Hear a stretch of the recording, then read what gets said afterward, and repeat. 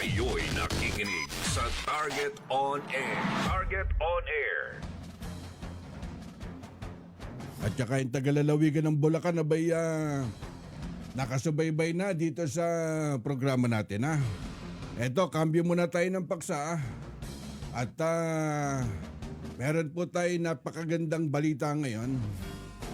Simula po ngayong araw po, May 19, kumbaga epektibo na yung panibagong LPG price rollback.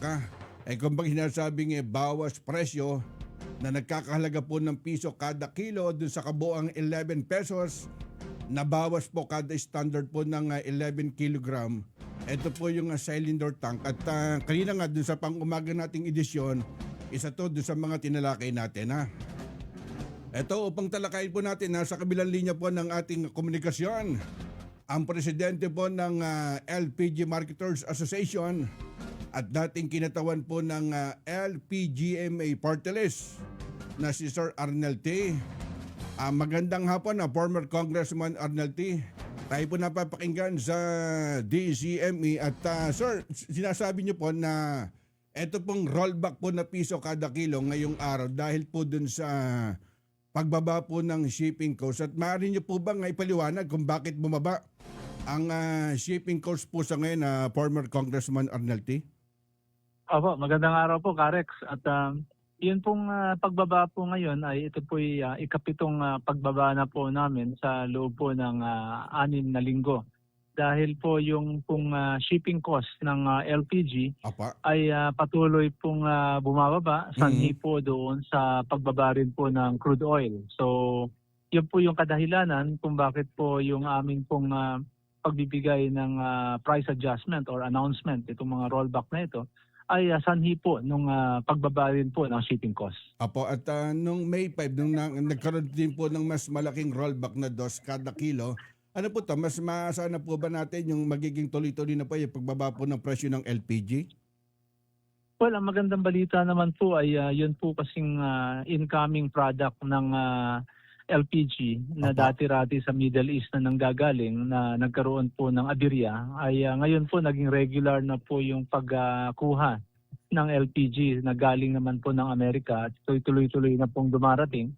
At ang tingin po namin ay meron pa pong mga kasunod na pagbaba ang LPG dahil nakikita rin naman po namin na yung crude oil ay patuloy din hong bumababa. Hindi nga lang ho natin maaatim ang pinakamababang presyo na kagaya po nung ating inabutan nung nakaraang taon. Pero ang importante po ay nandito naman na po yung direktiba ng Department of Energy base po doon sa ibinigay na National Energy Emergency Power sa Pangulong Marcos na kami po ay kailangan maging transparent at kailangan po namin mag-submit ng aming komputasyon sa aming mga parating na petrolyo sa tuwing may mga dumarating po kaming produkto. At yan po ang dahilan kung bakit po itong ating anunsyo ngayon ay sanhi po doon sa pagbaba ng shipping cost. Opo, at Sir Arnel, bali, sa ngayon po, naglalaro po dun sa 1,300 hanggang 1,400 plus kada tangke po ng LPG. Kailan po kaya ito natin na makikita yung pagbaba pa rin dun sa dati na nasa 1,000 pababa ang presyo at ano po ang kailangang mangyari nito sa world market po? Opo, ang hinihintay po namin yung paggalaw po ng tinatawag nating contract price. Ito po yung inaanunsyo ng Saudi Aramco kada katapusan ng buwan. Hanggang nung nakalipas na buwan, yung last day of last month, ay hindi pa rin po nagbababa ang Saudi Aramco at nandun pa rin po sa $780 per metric ton. Napakalaki po kasi nung inangat na yan kumpara doon sa dating presyo na $545. So yun po yung inaasahan namin na kung yan ay nag-umpisang bumaba at gumalaw, yan po ang isa sa makakapagbigay ng malaki pa pong price adjustment o rollback sa mga darating na buwan. Opo, at dahil magkaiba nga ang presyo kada probinsya, paano po masisiguro ng mga ordinaryong mamimili na tama at hindi po overpricing ang mga sisingilin dun sa kanilang local dealers po, Sir Arnel? Well, ito po yung aming inaanunsyo ngayon sa publiko na mayroon ho tayong price range na atin pong isineset. Ito ay base doon sa komputasyon na isinasubmit namin sa Department of Energy. Halimbawa, dito po sa Luzon, ang pinaka-presyo po dito ay nasa 1,314 Apa. ang presyo. Ngayon, pagdating po doon sa Visayas at Mindanao, doon po medyo mas mataas po ang presyo dahil po yung transport cost at saka shipping cost na rin po ay mas malayo po yung biyahe. Kaya nasa 1,439 naman po ang presyo po sa Kabisayaan at Mindanao. Apo, at kagaya po dun sa Regasco, paano po ano to? Halos lahat pare-pares po yung pinaka-presyo po niya?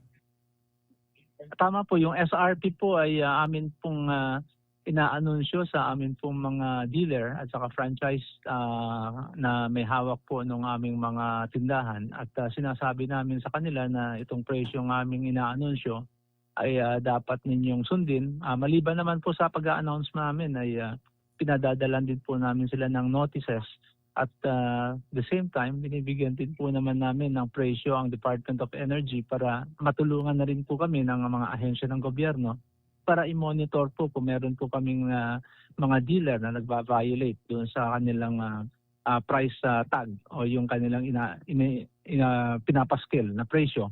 Dahil mandatory naman po sa batas ngayon na kailangan ipaskil po nila ang presyo ng LPG.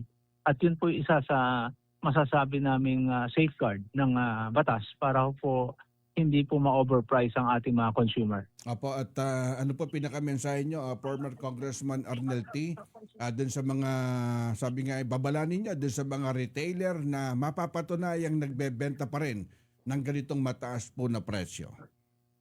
Well, ang amin pong paalala po sa kanila ay dahil po doon sa National Energy Emergency na kapangyarihan po na ibinigay ng Kongreso sa ating Pangulo na inatas po niya sa Department of Energy at sa lahat po ng local government unit ay pagka nahulihan po sila ng overpricing, sila po ay po pwedeng makasuhan na maaari pong maging sanhi ito ng revocation ng kanilang license to operate at business permit. Apo, at bukod po doon sa Republic Gas Corporation o Regasco, inaasahan nyo po ba na susunod agad ang iba pang malalaking LPG brand sa bansa magpapatupad po ng parehong halaga nitong rollback ngayong araw po?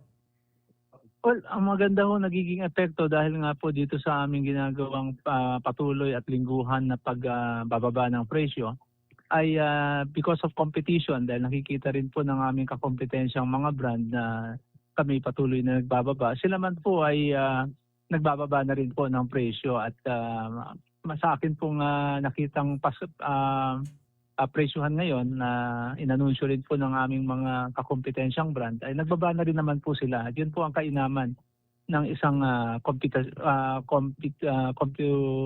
yung pagkakaroon ng kompetasyon sa ating industriya. Apo, at para po sa ating mga tagapakinig, ano po ang inyong maipapayo upang masiguro po natin na ligtas at sulit sa timbang ang LPG sa kanilang binibili para doon sa kanilang mga tahanan?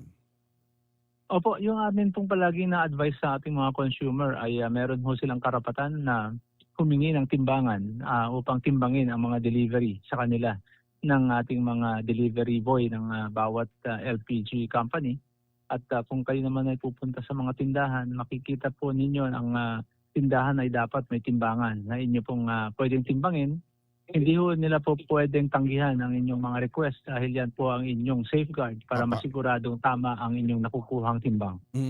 Panghulanan po, former Congressman Arnel T, saan po pwedeng mag-report yung mga mamimili na kung sakaling meron po sila makita sila na nagbebenta pa rin sila ng sobrang taas po ng presyo po, yung nasa 1,600 po pataas? Opo, number one, meron pong hotline ang Department of Energy. At pangalawa, sa mas mabilis na paraan ay meron po silang Facebook page, ang DOE, na po pwede po nilang i-post o kaya ipadala ang message kung saan po yung lokasyon ng mga tindahan na may overpricing. Or kaya naman ho, pwede rin ho nilang puntahan yung Facebook page po ng Regasco. Pwede po nilang ipadala po ang mensahe ng pangalan ng tindahan at address. At pwede namin po silang tulungan by way of kami po ang magfa-file ng complaint sa Department of Energy upang ma-actionan po ito ng ating gobyerno. Okay, maraming salamat po at LPG Marketers Association Incorporation President Arnel T. At former at siya rin po ang dating kinatawan ng LPGMA Party List. Kong, salamat po sa oras.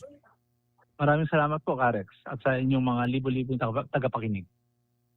Kayo'y nakikinig sa Target on Air.